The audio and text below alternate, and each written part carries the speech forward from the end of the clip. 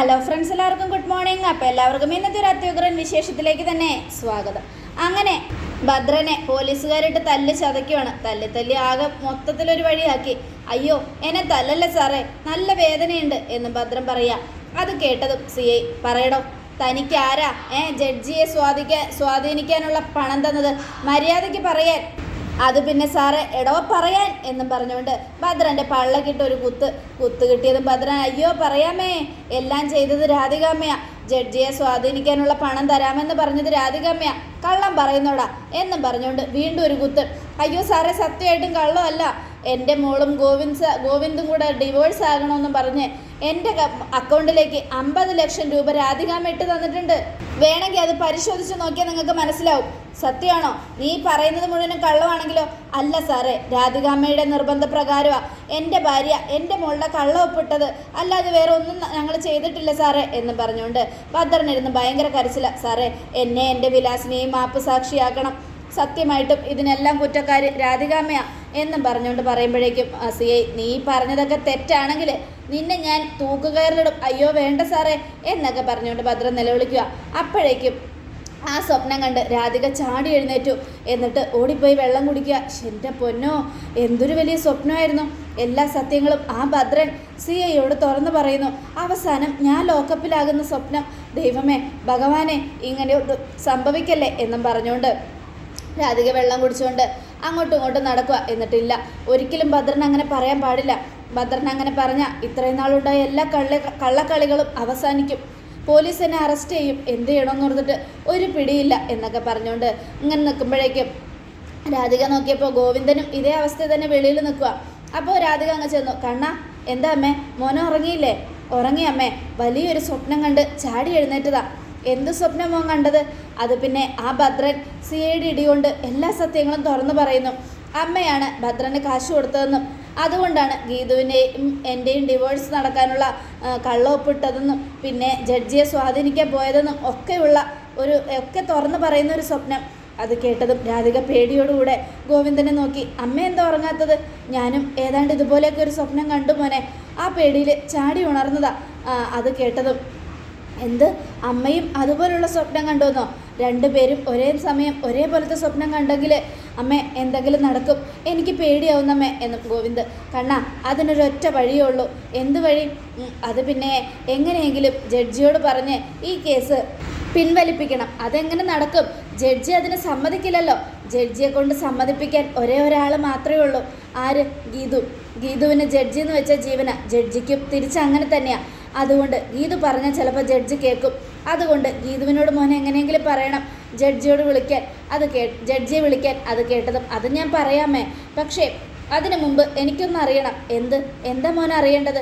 അമ്മ എപ്പോഴെങ്കിലും എങ്ങനെയെങ്കിലും ഭദ്രനോട് പറഞ്ഞിട്ടുണ്ടോ ഗീതുവും ഞാനും ഡിവോഴ്സ് ആകാൻ, എന്തെങ്കിലും ഒന്ന് ചെയ്യാൻ, ജഡ്ജിയെ സ്വാധീനിക്കാനോ കള്ളൊപ്പിടാനോ എന്തെങ്കിലും?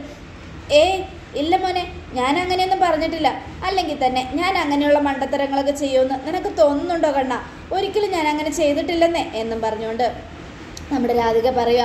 എന്നിട്ട് സാരമില്ല മോനെ, അങ്ങനെ ഭദ്രൻ പറയുന്ന നുണ കേട്ട് പോലീസുകാരെന്നെ അറസ്റ്റ് ചെയ്യുകയാണെങ്കിൽ, ലോക്കപ്പിൽ കിടക്കേണ്ട ഒരവസ്ഥ വരികയാണെങ്കിൽ, നാണം കെട്ട് ചെയ്യാത്ത തെറ്റിന് ഞാൻ പോയി അകത്ത് കിടക്കേണ്ടി വരികയാണെങ്കിൽ ഞാൻ എൻ്റെ ജീവിതം അവസാനിപ്പിക്കും. ലോക്കപ്പിലേക്ക് ഞാൻ പോകില്ല.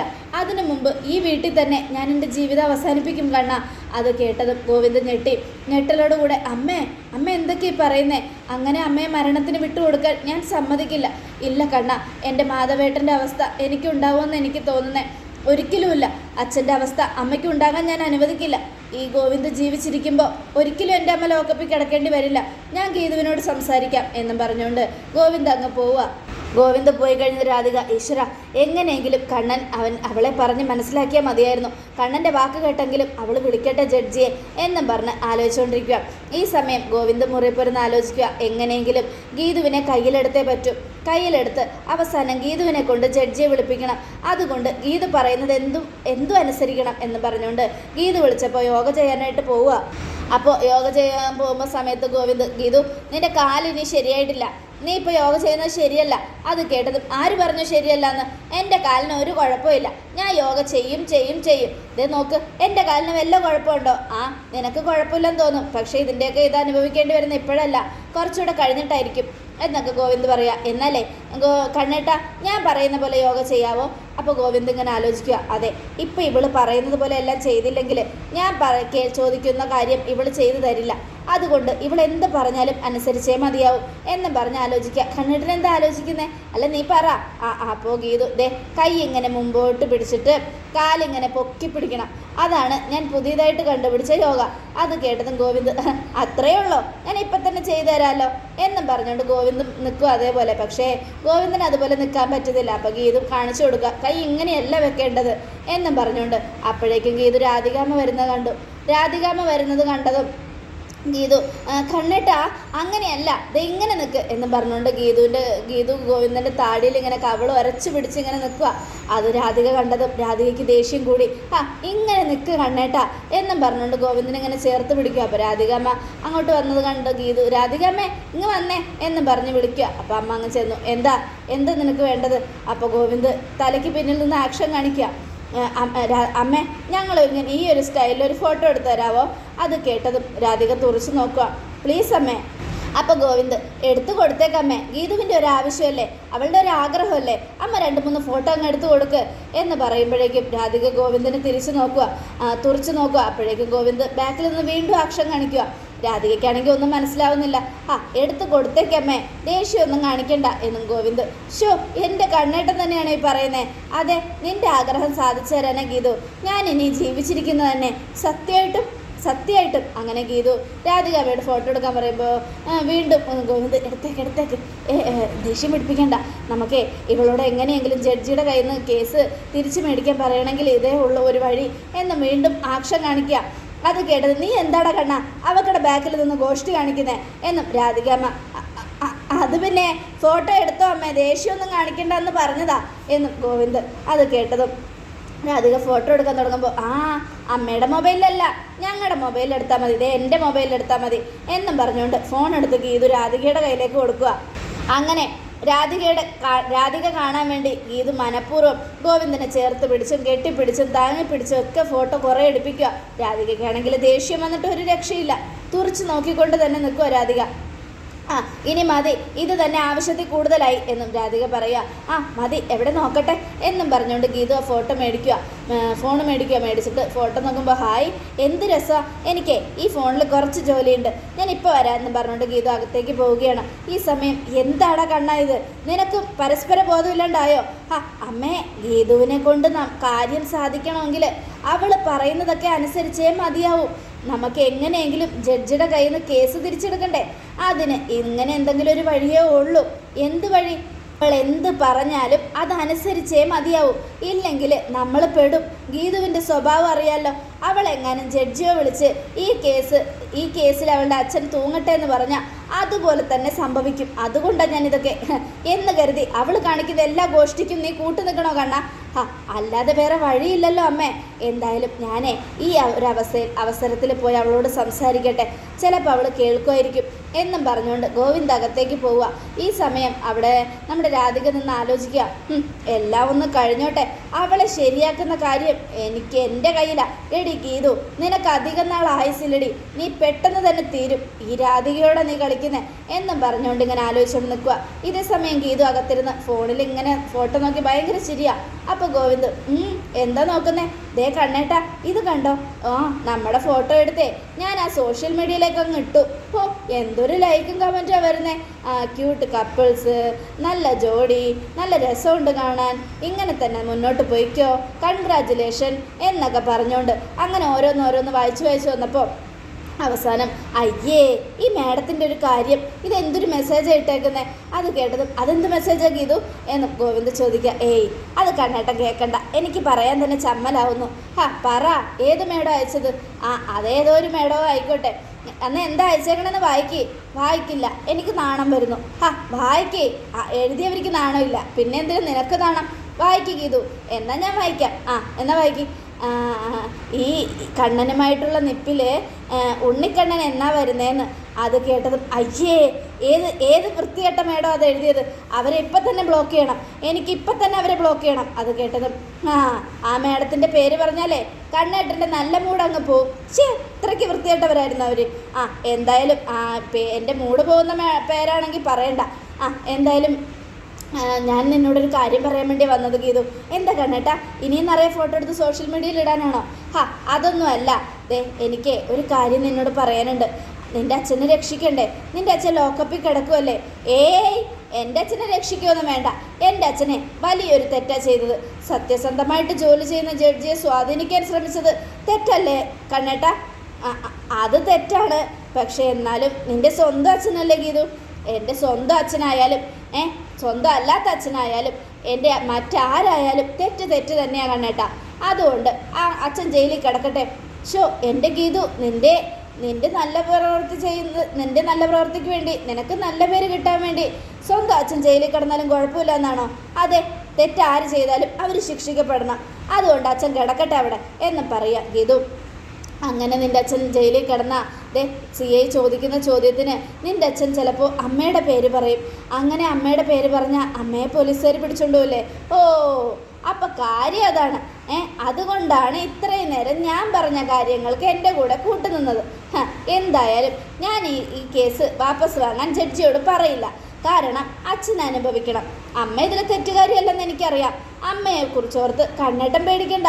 അതൊക്കെ ഞാൻ നോക്കിക്കോളാം. അമ്മയുടെ ജീവൻ രക്ഷിക്കുക എന്നുള്ളത് എൻ്റെ ഉത്തരവാദിത്വമല്ലേ?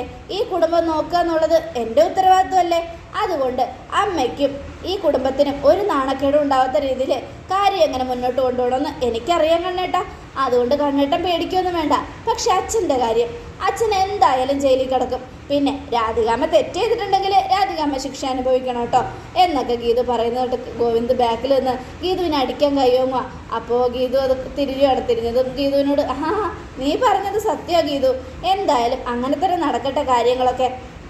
പാവം ജഡ്ജിനെ സ്വാധീനിക്കാൻ നോക്കി. ജഡ്ജിയുടെ ജോലി കളയാനല്ല അച്ഛൻ ചെയ്ത കാര്യം.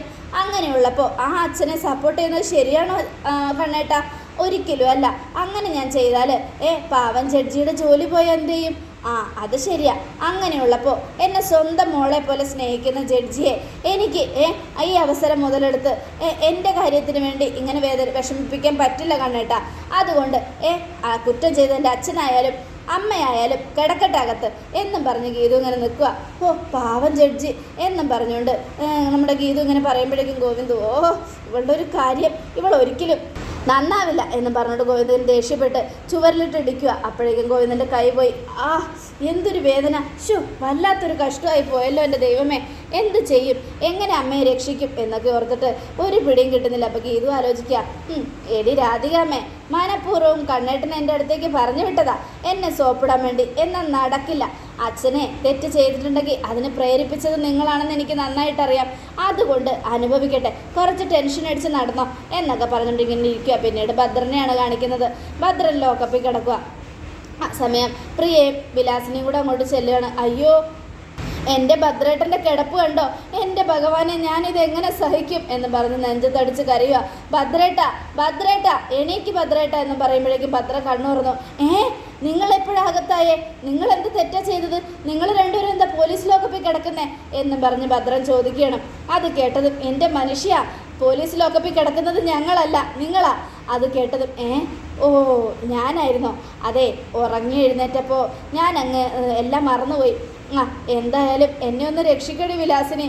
എൻ്റെ ഭദ്രേട്ട ഞാൻ എങ്ങനെ രക്ഷിക്കാനാ? എന്തൊരു കഷ്ടമായത് എന്നും പറഞ്ഞുകൊണ്ട് കരയുകയാണ്. അപ്പോൾ നമ്മുടെ പ്രിയ എന്നാലും അച്ഛനെ ഈ അവസ്ഥയിൽ കാണുമ്പോൾ എനിക്ക് വല്ലാത്ത സങ്കടമുണ്ട്. കുഞ്ഞാവേ, ദേ നോക്കിയേ, നിൻ്റെ അച്ഛൻ്റെ നിപ്പ് കണ്ടോടാ എന്നും പറയുക. ഒന്ന് പതുക്കെ പറയടി. എൻ്റെ പേരക്കുട്ടി അവൻ്റെ മുത്തശ്ശൻ ഇങ്ങനെയാണെന്ന് അറിയണ്ട. ഒരു ക്രിമിനലാണെന്ന് ഒരിക്കലും അറിയാൻ പാടില്ല. എൻ്റെ വിലാസിനെ നീ എന്നെ ക്രിമിനലാക്കി മാറ്റിയോ? ഞാനൊരു ക്രിമിനൽ അല്ല കേട്ടോ.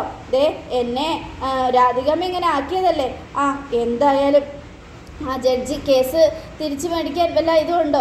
ഇല്ല, ആ ജഡ്ജി ഒരു മനസാക്ഷി ഇല്ലാത്ത ആളാണ്. അതുകൊണ്ട് ഒന്നും ചെയ്യാൻ പറ്റില്ല ഭദ്രേട്ട. അല്ല, എന്നെ രക്ഷിക്കാമെന്ന് രാധികാമ്മ വല്ലതും പറഞ്ഞോ? അമ്മയ്ക്ക് ഇതൊന്നും അറിയില്ല എന്നാ പറയുന്നേ. അവള് ഒരു കാലത്തും നന്നാവില്ല. രാധികാമ്മ കാരണം ഞാനിതൊക്കെ ചെയ്തത് എന്നും ഭദ്രൻ അത് കേട്ടതും ഇനിയിപ്പോൾ എന്ത് ചെയ്യും ഭദ്രേട്ടാ? എനിക്കറിയില്ല വിലാസിനെ. എങ്ങനെയെങ്കിലും എന്നെ ഇവിടെ നിന്ന് രക്ഷിക്കൂ വിലാസിനെ. എന്ത് ചെയ്യാനാ ഭദ്രേട്ടാ? ഞാൻ എങ്ങനെ രക്ഷിക്കുമെന്ന് ഓർത്തിട്ട് ഒരു പിടിയില്ല.